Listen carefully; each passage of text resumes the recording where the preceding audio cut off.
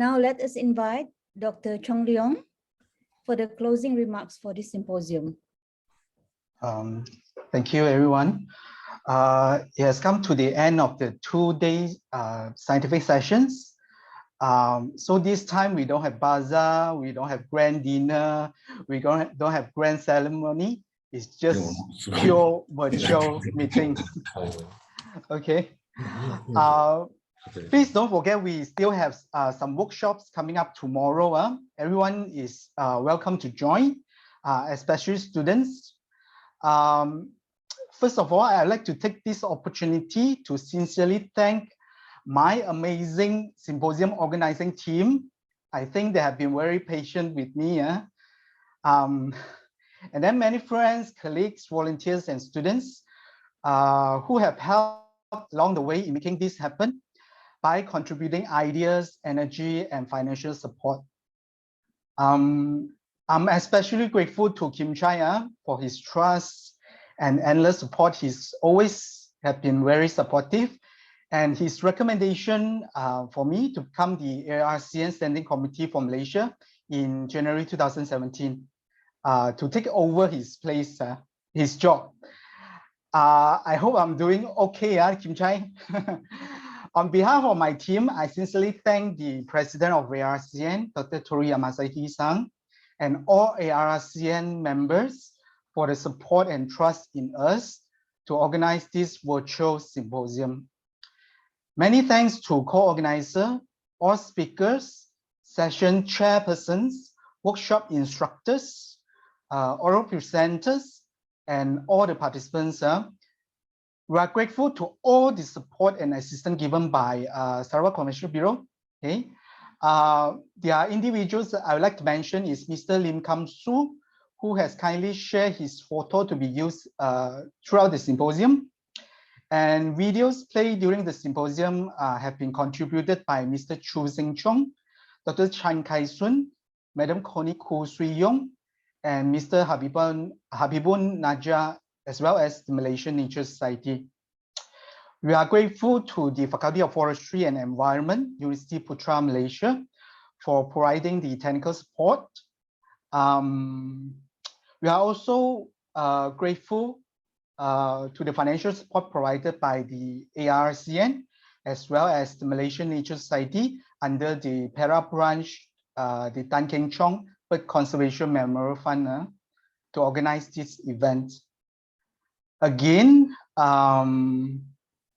okay, last reminder, I'd like to remind everyone that for those who are interested to publish in a special issue of Journal of Raptor Research with the theme Ecology and Conservation of Asian Raptors, please indicate your interest in the link provided in the chat box, or you can write to us later. We also provided a link for you to fill up your feedback, so your feedback will be very much appreciated for us, for our improvement. With that, okay, thank you very much, everyone. I will end my speech with the video. I hope you enjoy watching. Thank you, everyone. See you in the next symposium, hopefully a physical one. Thank you, everyone. Thank you, Puan. Thank you. Thank you, Dr. Puan and all. The Asian Raptor Research and Conservation Networks recognizes the importance of protecting raptors that are crucial for maintaining ecosystem health and biodiversity as a whole, as well as contributing to human well-being in the long run. The aim of ARRCN are to exchange information, to compile data on Asian raptors, to coordinate the raptor monitoring and capacity building activities besides educating the public about raptors. Over the past 2 decades, since the first symposium in Singa, Japan, ARRCN has successfully organized 11 symposiums. Despite the rapidly changing environment and many challenges we face, ARRCN continues to maintain the tradition of having biennial meetings among the raptor researchers and enthusiasts to keep everyone connected and updated on raptor work. It is also from these meetings, friendships and collaborations are built with the hope to achieving the aims of ARRCN to contribute towards saving the raptors from different corners of the world. We could not have done this without you. thanks to all ARRCN members, individuals, and organizations who have contributed one way or another in supporting the 12th ARRCN Symposium. With all the best wishes, see you in the next symposium.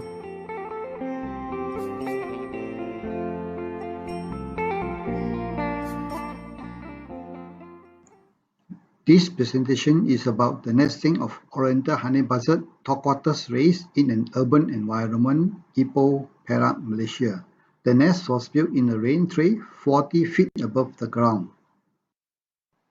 This was a male bird of the Oriental honey buzzard topquarters race. The female was, however, an uncommon tweedle moth.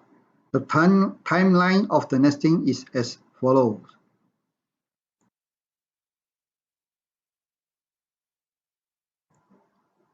On 31st December 2020, I discovered by chance the female tweedle moth collecting nest material. The nest was actually just a short distance away, and eggs were laid around 10 to 12 January 2021. We started observation on the nest from 16 January.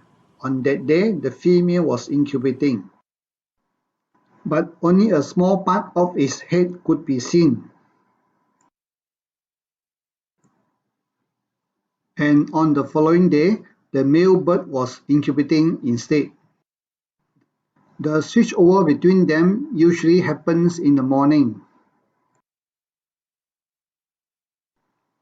Here, the female was breaking off branches from a nearby tree and add it to the nest. This process of adding branches would continue until well into the later part of the nesting process.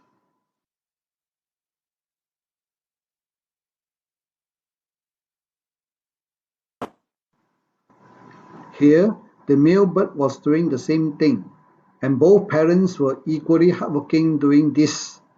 Sometimes branches were added from the nesting tree, and sometimes added from nearby trees.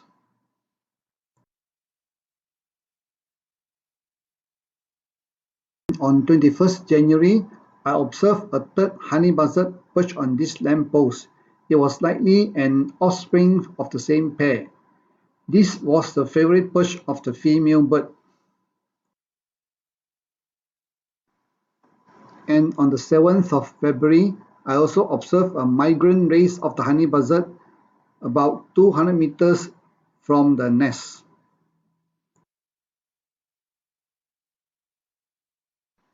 On the 15th of February, eggs were likely hatched when the behavior of the adults were different, perching at the edge of the nest instead of inside it. From then on, nesting activities became much more obvious, with both parents alternately bringing in food and switching over of duty for feeding and guarding the chick. On 26th of February, the male brought back a small bird prey. The female left the nest, and the male proceeded to feed the chick inside the nest.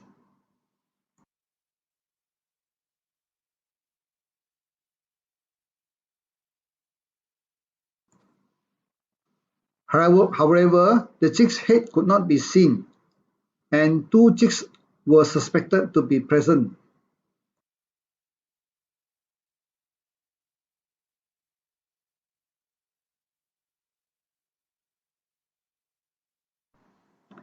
Besides bird prey, which consists of mostly nestling and orioles brought in by the male, honeycomb was also an important part of the diet too.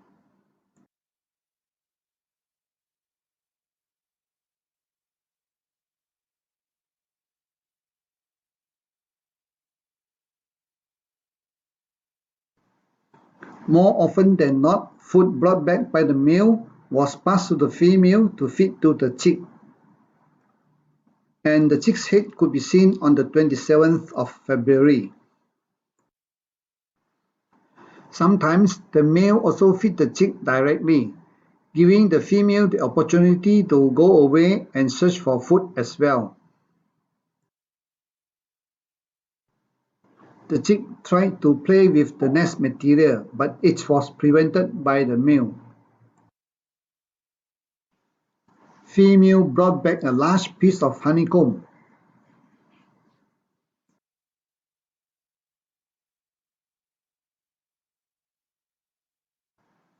The chick did not appear to be able to feed by itself yet on this day. And on the 7th of March, the chick was able to take food from the parent and then ate honeycomb by itself.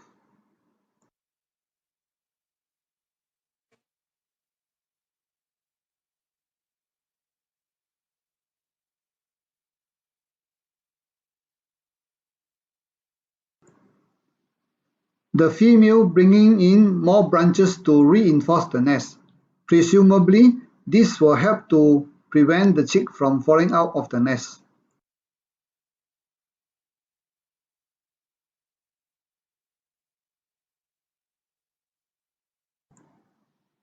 The chick started exercising and stretching its wings, especially in response to strong winds blowing. It received some tender loving care from the female bird and also high under its belly.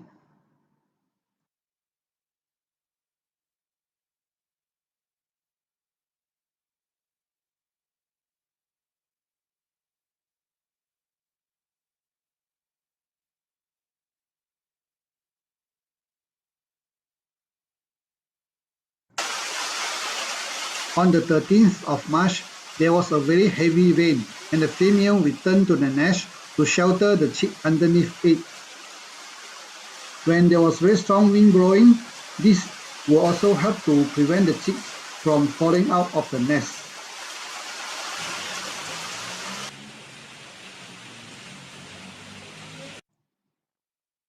On the following day, the chick suffered a major ordeal when it was kidnapped from the nest in the afternoon.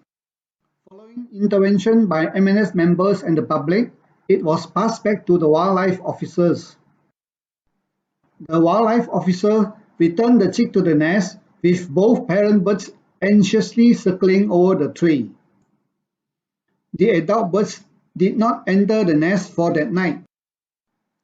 The morning after the kidnap, the chick was alone in the nest.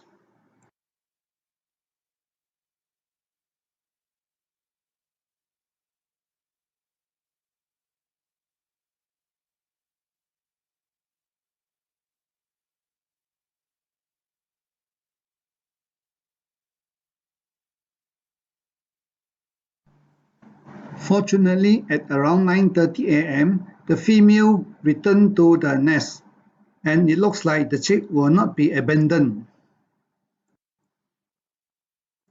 And the nesting activities continued.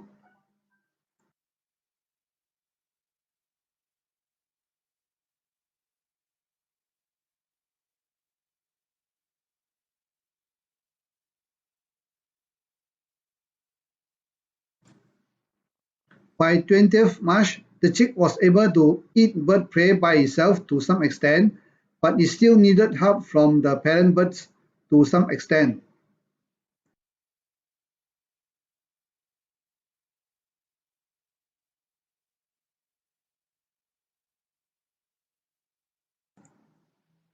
The growing chick with better feathers continued to exercise its wings. The growing chick was getting more active in exercising its wings and also became more playful as well.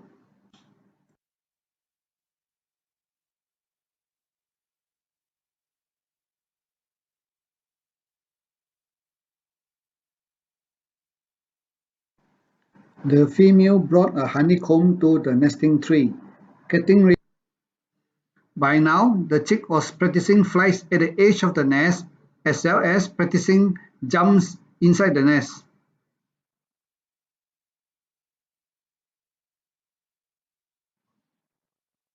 Although bird prey form a larger part of the diet in the earlier part of the nesting, in the later part, honeycomb become more common. further progressed in preparation for fledging. The chick jumped out of the nest, but it was clumsy.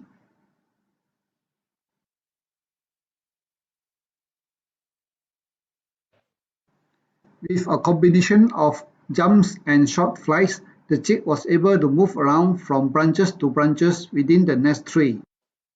The chick fledged on the 9th of April when it flew out of the nesting tree and returned. On the following day, it was much more confident with its wing flaps and jumps out of the nest.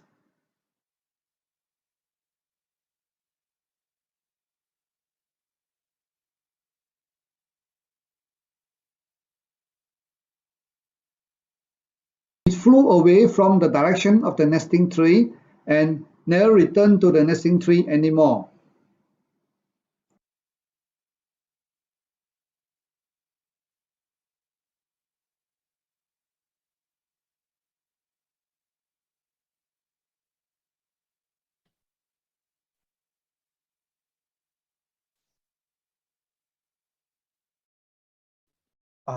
To answer Tusi's question, I believe it's a rain tree, Albisa Samain. There was a question about where we're going to have the next symposium. I'll leave that question to Dr. Tori Yamasaki. Okay, for those who are still staying with us, probably we can take a group photo. Okay, can anyone switch on your camera?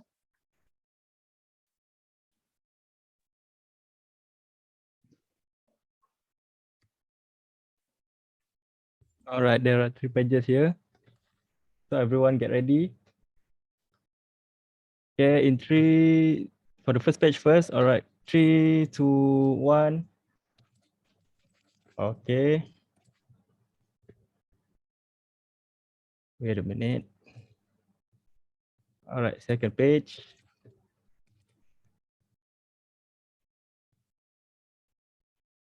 Okay, ready, 3, 2, 1. And the last page.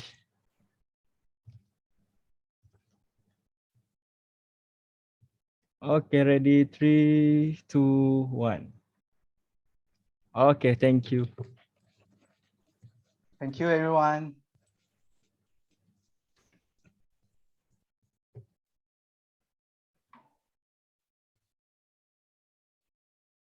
Bye-bye, bye-bye. Bye. Thank you, Take care, everyone. everyone. Good to see. Thank you. Thank you. Oh, Congratulations, Puan. Thank you, thank you. Thanks, everyone. congrats, Thanks for all Puan. your Good support. job. Yeah, thank you Thank for you. all. See you next symposium.